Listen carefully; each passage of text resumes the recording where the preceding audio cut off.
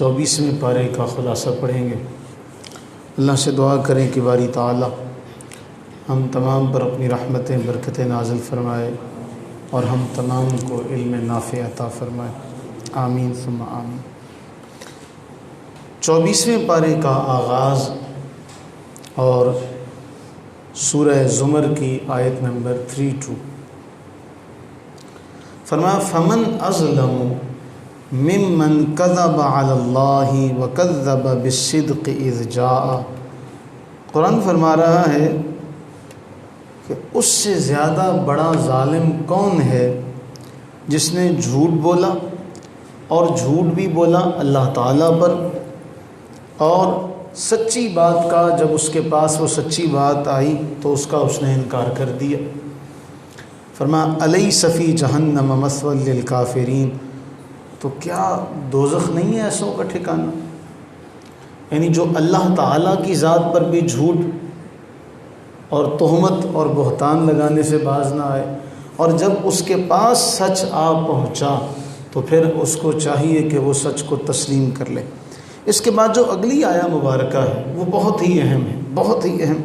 فرمایا والذی جاء بالصدق وصدق بہ، اور وہ ہستی جو سچ لے کر آئی اور جس نے اس سچ کی تصدیق کی، یہی متقین ہیں۔ اس کے بارے میں بہت سارے اقوال ہیں۔ والذی جاء بالصدق وصدق بہ اولئک هم المتقون، اس کی تشریح میں بہت سارے اقوال ہیں کہ وہ ہستی جو سچ لے کر آئی اور جس نے اس سچ کو مانا۔ دو باتیں ہیں، ایک سچ لانے والا اور دوسرا اس سچ کو ماننے والا۔ اچھا، یہ ایک بات اور بڑی اہم ہے، میں کرتا چلوں۔ قرآن کریم نازل ہو رہا ہے تو اس کے مخاطبین اول جو ہیں سب سے پہلے وہ سر فہرست ہوں گے۔ مثلا ہم نے ایک بڑی مشہور آیت ہے الا ان اولیاء اللہ لا خوف علیہم ولا هم یحزنون، اس کا مصداق اول کون ہے یہ ذکر نہیں کیا جاتا کہ اللہ کے جو ولی ہیں، جو اللہ کے دوست ہیں، نہ انہیں کوئی خوف ہوگا اور نہ وہ غمگین ہوں گے۔ اس کا مصداق اول ہیں انبیاء کرام علیہم السلام، کیونکہ سب سے پہلے، سب سے بڑے، سب سے نزدیک تو اللہ کے نبی ہیں۔ تو مفسرین بھی یہاں یہی فرماتے ہیں کہ مصداق اول اس کا ہے انبیاء کرام علیہ السلام، پھر اس کے بعد میں جتنے بھی لوگ ہیں وہ سارے اس کے اندر شامل ہو جاتے ہیں۔ اسی طرح یہ جو آیہ مقدسہ ہے والذی جاء بالصدق وصدق بہ اولئک هم المتقون، اس کے بارے میں بہت اقوال ہیں، اور امام ابن کثیر علیہ رحمہ نے تفسیر ابن کثیر میں بہت سارے اقوال جو ہیں اس کے تحت نقل کیے کہ وہ ہستی جو سچ لے کر آئی، وہ فرماتے ہیں وہ ہستی جو سچ لے کر آئی، سب سے پہلے تو اس سے مراد ہیں حضرت جبریل امی، جو سچ کو لے کر آ رہے ہیں، اور اس سچ کو سب سے پہلے مان کون رہا ہے؟ رسول اللہ صلی اللہ علیہ وسلم۔ فرماتے ہیں تو پھر سب سے پہلے حضرت جبریل امی اور پھر رسول اللہ صلی اللہ علیہ وسلم، یہ ایک قول۔ ایک قول اس میں یہ بھی ملتا ہے والذی جاء بالصدق، کہ وہ ہستی جو سچ لے کر آئی، یعنی من جاء بلا الہ الا اللہ، اور وصدق بہ یعنی رسول اللہ صلی اللہ علیہ وسلم، یعنی دونوں حوالے سے اس کا ذکر کیا۔ ایک قول اس میں یہ ہے والذی جاء بالصدق، وہ ہستی جو سچ لے کر آئی، کہتے ہیں ہوا رسول اللہ صلی اللہ علیہ وسلم وصدق بہ المسلمون۔ اس میں اور آپ آ گئے، اس میں ہم سب آ گئے کہ وہ ہستی جو سچ لے کر آ رہی ہے وہ ہے رسول اللہ صلی اللہ علیہ وسلم کی ذات اقدس، اور وہ جو اس سچ لانے والے کو تسلیم کر رہے ہیں وہ ہیں میں اور آپ ایمان والے۔ ایک اس میں قول جو بہت اہم ہے، جسے امام طبری علیہ رحمہ نے اپنی تفسیر طبری میں نقل کیا اور بڑا کمال کا ہے، اور اس کی سند اگر میں پڑھوں، کہا حدثنی احمد بن منصور حدثنا احمد بن مسعد المروزی قال حدثنا عمر بن ابراہیم، اور پھر آگے جا کے عن علی رضی اللہ تعالی عنہ، یعنی یہ جو جملہ میں آگے ذکر کرنے لگا ہوں یہ ہے، اس کے راوی کون ہیں؟ حضرت سیدنا علی المرتضیٰ رضی اللہ تعالیٰ عنہ۔ اب حضرت علی شیر خدا رضی اللہ عنہ فرماتے ہیں والذی جاء بالصدق، وہ ہستی جو سچ لے کر آئی، فرماتے ہیں قال محمد صلی اللہ علیہ وسلم، وہ ہستی جو سچ لے کر آئی وہ کون ہے؟ رسول اللہ صلی اللہ علیہ وسلم۔ وصدق بھی، جس نے ان کی تصدیق کی، حضرت سیدنا علی رضی اللہ عنہ فرماتے ہیں قال ابو بکر رضی اللہ تعالی عنہ، کہ جس نے اس سچ کی تصدیق کی وہ ہیں حضرت سیدنا صدیق اکبر رضی اللہ تعالی عنہ۔ اب ہمارے یہاں کہتے ہیں جی کیا جس کی آپس میں دوستی نہ ہو وہ اس طرح تعریفیں کرتا؟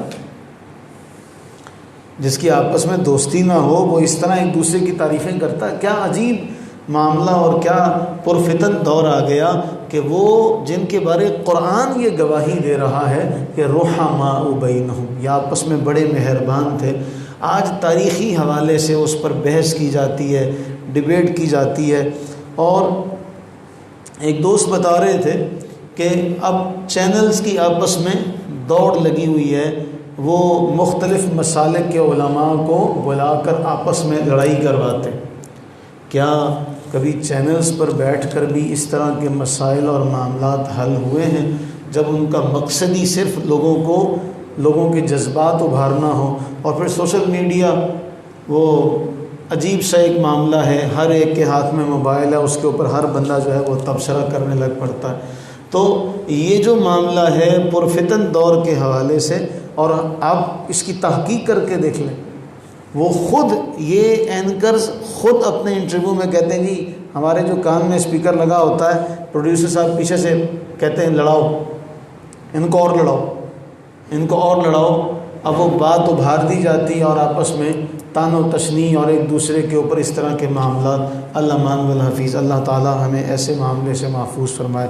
ہم تو اتنا جانتے ہیں جب قرآن نے گواہی دے دی رحماء بینہم، ہمیں اس کے بعد کسی منصف کی ضرورت نہیں۔ دنیا کا بڑے سے بڑا عالم، زاہد، مفتی، محدث آ جائے، ہمیں اس کے قول کی حاجت نہیں۔ جب قرآن یہ بیان کر رہا ہے اشداء علی الکفار رحماء بینہم، اس کے بعد ہمیں کسی کی تصدیق کی کوئی حاجت باقی۔ اور پھر حدیث پاک میں کیا خوبصورت جملہ آتا کہ حضرت سیدنا علی المرتضیٰ رضی اللہ تعالیٰ عنہ اور حضرت سیدنا صدیق اکبر رضی اللہ تعالیٰ عنہ، اب اس میں یہ کہہ دیتے ہیں عام طور پہ، وہ دیکھیں جی جب حضرت ابو بکر خلیفہ بنے تو ایک عرصہ دراز تک حضرت علی رضی اللہ عنہ نے آپ کو مانا ہی نہیں، آپ کی بیعت ہی نہیں کی۔ اب حدیث آپ کے سامنے رکھتا ہوں کہ کچھ یعنی رسول اللہ علیہ السلام کے وصال فرمانے کے بعد کی بات ہے، بازار میں یہ دونوں جا رہے تھے، حضرت ابو بکر صدیق رضی اللہ عنہ اور حضرت علی المرتضیٰ رضی اللہ تعالیٰ عنہ۔ جب یہ بازار سے گزرے، اور روایت میں آتا ہے عصر کی نماز کے بعد کا وقت ہے، تو بازار میں حضرت حسن مجتبی رضی اللہ تعالیٰ عنہ دوڑ رہے تھے، تو حضرت صدیق اکبر رضی اللہ تعالیٰ عنہ نے ان کو کاندھے پر اٹھا لیا، کاندھے پہ اٹھا کے کہا اللہ کی قسم ہے میرا باپ قربان ہو، اے علی یہ آپ پر نہیں گیا، یہ نبی پر گیا۔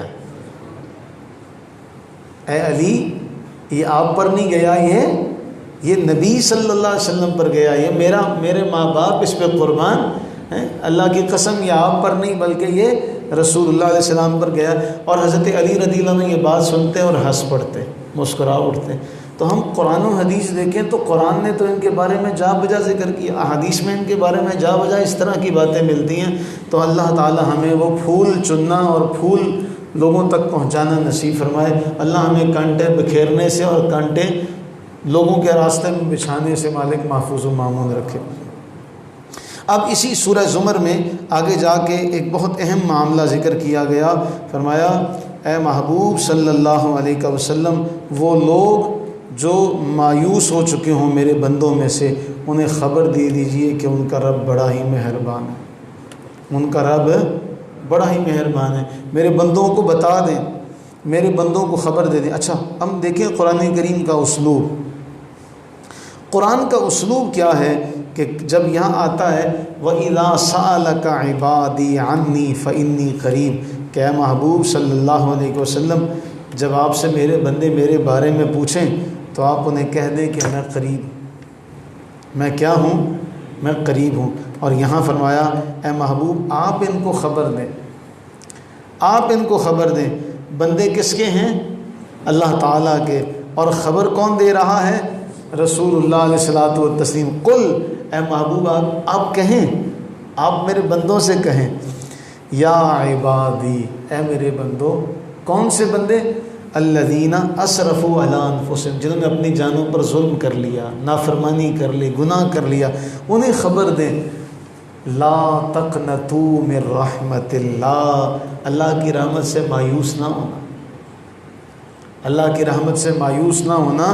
ان اللہ یغفر الذنوب جمیعا، بے شک اللہ تمام گناہوں کو معاف فرمانے والا ہے۔ کیوں؟ انہ هو الغفور الرحیم، وہ بخشنے والا ہے، وہ مہربان ہے۔ یہ قرآن ہمیں خبر دے رہا۔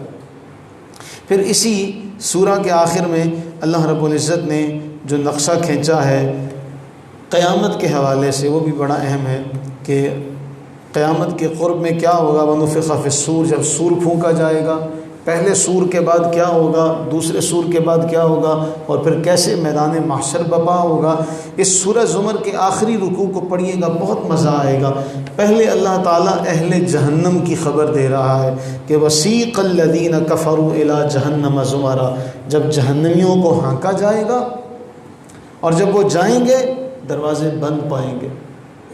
یہی موضوع سورہ ملک میں بھی اسی سے ملتا جلتا موضوع ہے کہ جب ان سے کہا جائے گا وَقَالَ لَهُمْ خَزَنَتُهَا، جو جہنم کے مالک ہیں وہ ان سے کہیں گے أَلَمْ يَأْتِكُمْ رُسُلٌ مِّنْكُمْ يَتْلُونَ عَلَيْكُمْ آيَاتِ رَبِّكُمْ، کیا تمہارے پاس تمہارے رب کے رسول نہیں آئے تھے، تمہیں آیات نہیں پڑھ کے سنائی تھی؟ وَيُنذِرُونَكُمْ لِقَاءَ يَوْمِكُمْ هَذَا، تمہیں اس دن سے ڈرایا نہیں تھا؟ ایسا نہیں تھا کہ تمہیں ڈرایا گیا ہو؟ قالوا بلا، وہ کہیں گے ہاں بالکل ایسا تھا۔ ولیکن حقت کلمۃ العذاب علی الکافرین، ہم نے مانا نہیں۔ سورہ ملک میں ہے نا لو کنا نسمع او نعقل، ہم سننے والے ہوتے، عقل والے ہوتے تو آج ہم جہنم میں ہوتے۔ فاعترفوا بذنبہم، اس وقت اپنے گناہوں کا اعتراف کریں گے، لیکن اس وقت اعتراف ان کے کسی کام نہیں آئے گا۔ پھر جو اہل جنت کا تذکرہ ہے، خدا کی قسم اتنا کمال ہے۔ اچھا، ایک لفظ واو نے کایا بدل دی، زمین آسمان کے معنی کا فرق آ گیا۔ وہاں ہے حتی اذا جاؤوہا فتحت ابوابہا، اور یہاں ہے حتی اذا جاؤوہا وفتحت ابوابہا، صرف واو۔ اب اس میں فرق کیا ہے کہ جہنمی جب جائیں گے ان کو کھڑا رکھا جائے گا، ان کو کھڑا رکھا جائے گا، ان کے جانے کے بعد جہنم کے دروازے کھولے جائیں گے۔ اور جنتیوں کا فرمایا جاؤوہا وفتحت ابواب، یہ جب جائیں گے تو دروازے پہلے سے کھلے ہوں گے، دروازے پہلے سے کھلے ہوں گے۔ اب ان کو کیا کہیں گے؟ سلام علیکم۔ یہ تصور کرتا نا بندہ، اس آیت کو پڑھے اور تصور میں بندہ کہاں سے کہاں پہنچ جاتا ہے کہ جب میدان محشر ہوگا ہم گروہ در گروہ اکٹھے ہوں گے، اور جب ہم جا رہے ہوں گے تو ہمیں کیا کہا جائے گا؟ سلام علیکم طبتم فادخلوها خالدین، جاؤ عزت سے یہاں داخل ہو جاؤ۔ اور پھر ہم سارے کہیں گے انشاءاللہ، ہم سارے کہیں گے الحمدللہ الذی صدقنا وعدہ، ہم تمام کی تمام تعریفیں کس کے لیے ہیں؟ اس اللہ کے لیے جس نے ہم سے جو وعدہ کیا تھا وہ سارا وعدہ کیا ہو گیا؟ سچا ہو گیا۔ اس کے بعد سورہ مؤمن کا آغاز ہوتا ہے، اور سورہ مؤمن میں اللہ تعالیٰ نے میرے اور آپ کے لیے ایک بڑی ہی اہم بات ارشاد فرمائی۔ اتنی اہم بات ارشاد فرمائی، سب سے قریب ترین جو رتبے کے اعتبار سے فرشتے ہیں نا، فرشتوں میں، یعنی یہ جو 4 فرشتے ہیں ان کے علاوہ، وہ ہیں وہ فرشتے جنہوں نے عرش اٹھایا ہوا ہے، جنہوں نے کیا کیا ہوا ہے، انہیں کہتے ہیں حاملان عرش۔ کیا کہتے ہیں؟ حاملان عرش۔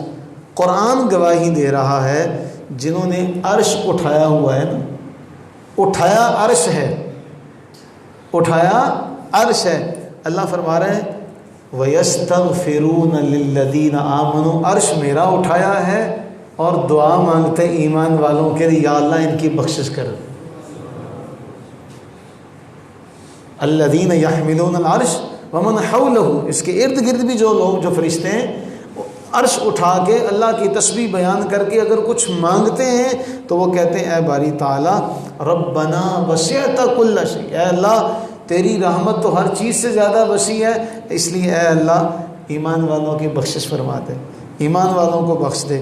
یہ حاملان عرش یہ دعا مانگتے، اللہ نے ہماری بخشش کے لیے، ہماری مغفرت کے لیے، دعا مانگنے کے لیے حاملان عرش کی ڈیوٹی لگا دی ہے کہ تم نے میرے بندوں کے لیے کیا کرنا ہے؟ دعا مانگنی ہے۔ یہ اس سورہ کا سب سے اہم ترین موضوع ہے۔ اس کے بعد سورہ حامیم السجدہ شروع ہوتی ہے، اور سورہ حامیم السجدہ میں کفار کی سرکشی اور ان کی درستگی جو ہے اس کا تذکرہ ہے کہ ان کا کیا معاملہ ہے، ان کا کیا حال ہے۔ اور اسی سورہ میں ایک سب سے اہم ترین بات جو ہمیں بتائی گئی وہ یہ بتائی گئی نیکی اور بدی برابر نہیں، نیکی اور بدی برابر نہیں، نہ نیکوکار اور بد یہ ایک کیسے ہو سکتے ہیں، جاننے والے اور نہ جاننے والے، روشنی اور اندھیرا کیسے برابر ہو سکتے ہیں؟ جب یہ برابر نہیں ہو سکتے تو پھر ہم اللہ سے یہ دعا کریں کہ اللہ تعالی ہمیں اعلیٰ لوگوں میں رکھے، اللہ تعالی ہمیں ان لوگوں میں رکھے جو اچھے ہوں گے۔ اور آج ہی ہم نے پڑھا، سورہ حاقہ میں پڑھا کہ کچھ وہ لوگ ہوں گے، آج 29ویں پارے میں یہ جا بجا موضوع آیا، کچھ وہ ہوں گے جو دائیں ہاتھ والے ہوں گے، کچھ وہ ہوں گے جو بائیں ہاتھ والے ہوں گے۔ جو دائیں ہاتھ والے ہوں گے یہی انہی کا ذکر ہے نا، نیکی اور بدی، تو نیکی یہاں اور بدی یہاں، تو یہ نیکی یہ اس ہاتھ والے کہیں گے دیکھو دیکھو دیکھو میرا اعمال نامہ دیکھو۔ جیسے آج ہم کرتے ہیں، ہمارے اگر کسی بچے کے اچھے نمبر آ جائیں تو ہم اس کا ہر ایک کو دکھاتے ہیں، ایسے ہی ہے نا، اور اگر وہ اس کے نمبر تھوڑے سے کم آئیں تو ہم کہتے ہیں نہیں بس ٹھیک ہے، یا ہم کسی کو بتاتے نہیں، ہم اپنے ماں باپ کو بھی نہیں بتاتے، چھپا لیتے۔ اسی طرح میدان محشر میں ہوگا، اہل جنتیوں جو جنت ہے جب ان کو اعمال نامہ ملے گا وہ دکھائیں گے۔ اسی کو قرآن فرما رہا ہے نیکی اور بدی برابر نہیں۔ اللہ سے دعا کریں اللہ ہمیں نیکوکاروں میں رکھے، نیکوکاروں میں جب تک زندہ رہیں نیکوکاروں میں رہیں، اور ان نیکوکاروں میں اللہ ہمارا حشر فرمائے، اور اللہ تعالی ہمیں نیکوکاروں کا دنیا میں بھی ساتھ عطا فرمائے، ہم جب مر جائیں تو قبر میں بھی ہمارا ساتھی جو ہے نیکوکار ہو، وہاں بھی نیکوکاروں کا فائدہ ہوگا، پھر اللہ تعالی ہمیں آخرت میں بھی نیکوں کا ساتھ نصیب فرمائے۔ آمین ثم آمین۔